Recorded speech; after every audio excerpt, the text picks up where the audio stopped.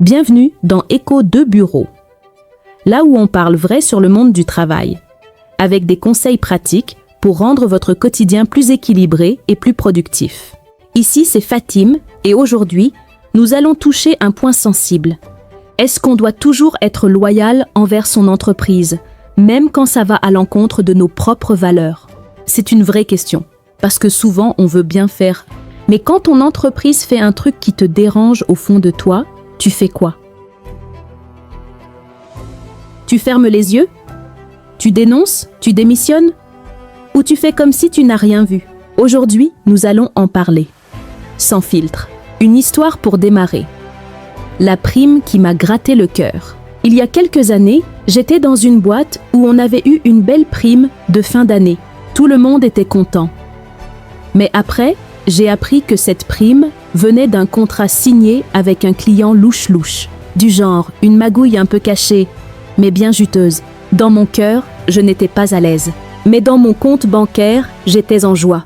Et là, j'ai compris que j'étais en train de vivre un vrai tiraillement entre ma loyauté envers mon boss, qui m'a toujours soutenu, et mes valeurs personnelles, honnêteté, transparence, etc.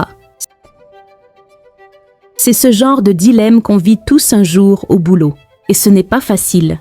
C'est quoi être loyal? En entreprise, on pense souvent que loyauté égale à obéissance. Mais en réalité, la vraie loyauté, ce n'est pas de dire « oui chef » à tout. C'est de vouloir le bien de l'entreprise, même quand il faut dire non. Tu peux être loyal sans être complice. Tu peux être fidèle sans trahir tes principes. Être loyal, ce n'est pas fermer les yeux. C'est ouvrir la bouche quand il faut.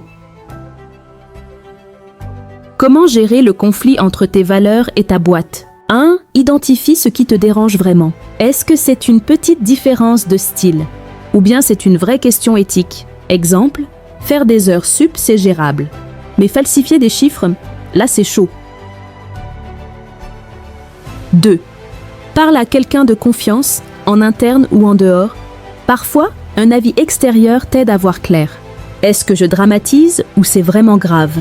3. Dis les choses avec respect, si tu peux exprimer ton malaise sans agresser. Par exemple, j'ai un souci avec la manière dont on a traité ce dossier. Est-ce qu'on peut en parler? 4. Fixe-toi une limite à ne pas franchir. C'est important de savoir jusqu'où tu es prêt à aller. Je suis prêt à faire des compromis, mais pas à trahir ma conscience. 5. Si c'est trop lourd, prends une décision pour toi-même. Des fois, faut choisir entre rester pour l'argent ou partir pour la paix du cœur. Et il n'y a pas de mauvaise réponse. Juste ton choix, assumé. La vérité, c'est que le boulot, c'est important. Mais ta conscience, ton intégrité, ton bien-être, ça n'a pas de prix. Tu peux respecter ton entreprise, aimer ton job. Mais si chaque matin tu sens que tu te trahis, pose-toi. Le travail doit te nourrir, pas t'étouffer. Parfois, être loyal envers soi-même, c'est aussi être utile pour l'entreprise. Parce qu'un salarié aligné avec l'entreprise, c'est un salarié efficace. Merci d'avoir écouté Écho de bureau, le podcast où on parle des réalités sur le monde du travail. Si cet épisode t'a parlé, partage-le à un collègue, un manager ou même à ton DG. Et si tu veux, écris-nous pour nous raconter ton expérience. On pourra même en parler dans un prochain épisode. Donne-nous ton avis sur le sujet du jour. Adresse-nous en commentaire les thèmes que tu désires qu'on aborde.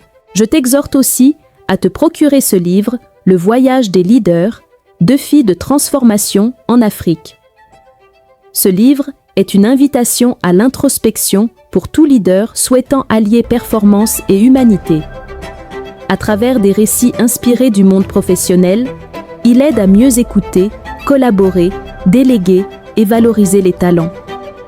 Les témoignages de lecteurs comme Sophie, Adama ou Marc soulignent son impact sur le leadership, la vie sociale et la cohésion d'équipe.